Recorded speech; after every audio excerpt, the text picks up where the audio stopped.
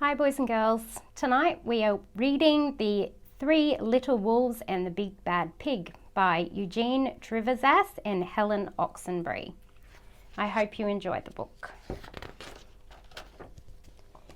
Once upon a time there were three cuddly little wolves with soft fur and fluffy tails who lived with their mother. The first was black, the second was grey, and the third was white. One day the mother called the three little wolves round her and said, "My children, it is time for you to go out into the world. Go and build a house for yourselves. Be aware of the big bad pig." "Don't worry, Mother, we will watch out for him," said the three little wolves, and they set off.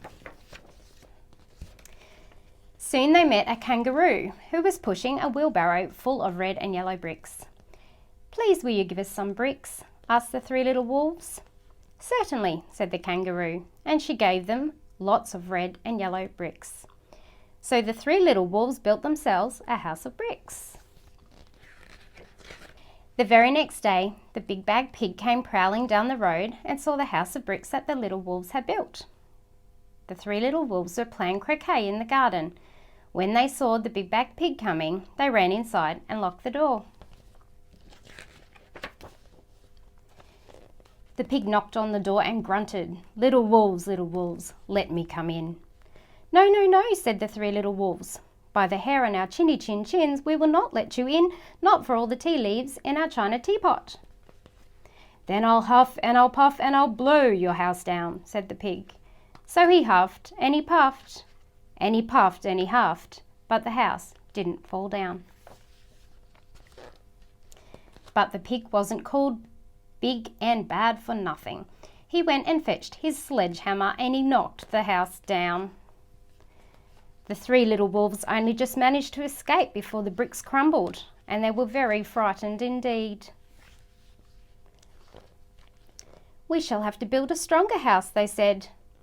Just then they saw a beaver who was mixing concrete in a concrete mixer.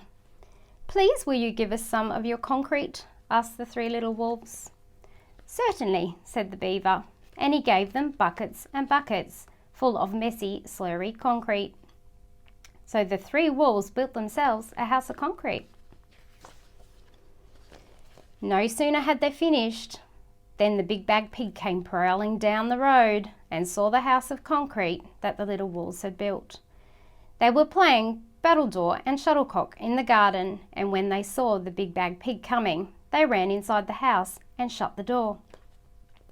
The big pig rang the bell and said, "Little frightened wolves, let me come in." "No, no, no," said the three little wolves. "By the hair on your chinny chin chin, we will not let you in, not for all the tea leaves in our china teapot." "Then I'll huff and I'll puff and I'll blow your house down," said the pig. So he huffed and he puffed and he puffed and he huffed, but the house didn't fall down. But the pig wasn't called Big and Bad Pig for nothing. He went and fetched his pneumatic drill and smashed the house down. The three little wolves managed to escape, but their chinny chin chins were trembling and trembling and trembling. "We shall build an even stronger house," they said, because they were very determined.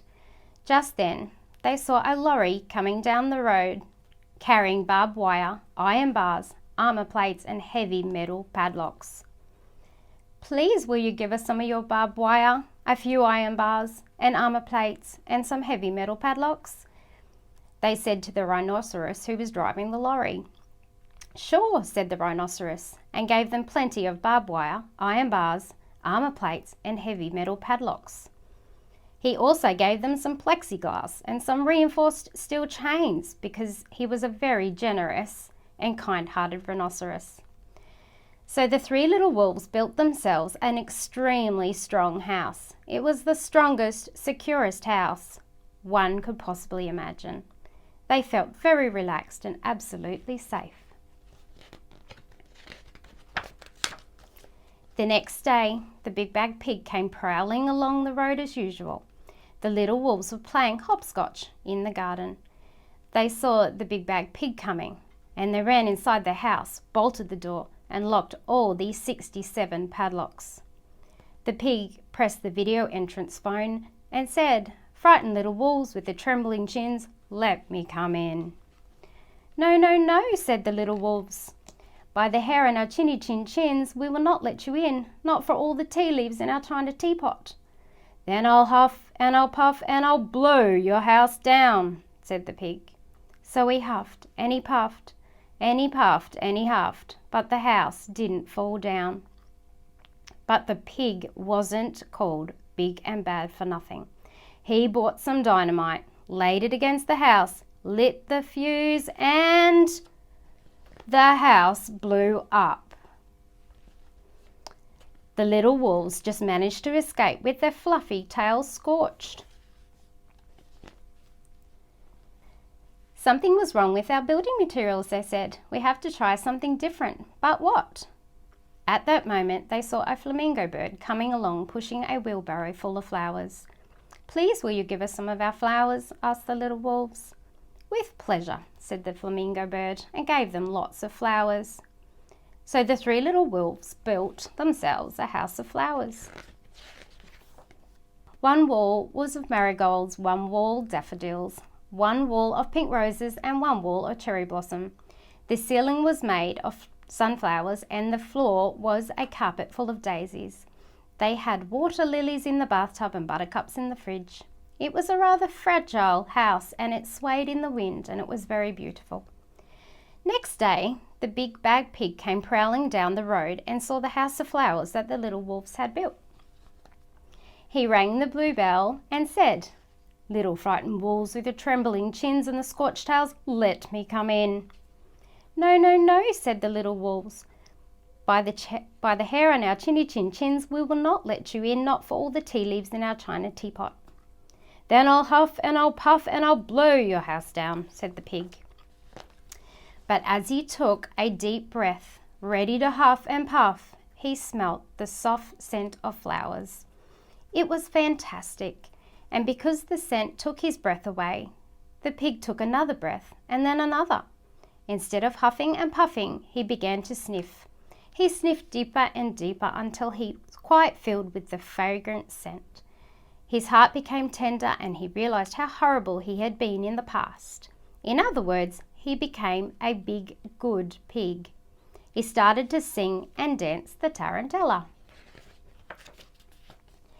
At first, the three little wolves were a bit worried, thinking that it might be a trick, but soon they realized that the pig had truly changed, so they came running out of the house. They introduced themselves and started playing games with him. First they played pig pog and then piggy in the middle, and when they were all tired, they invited him into the house. They offered him china tea with strawberries and wolfberries and asked him to stay with them as long as he wanted. The pig accepted and they lived happily together ever after. And that is the end of our story. I hope you enjoyed it.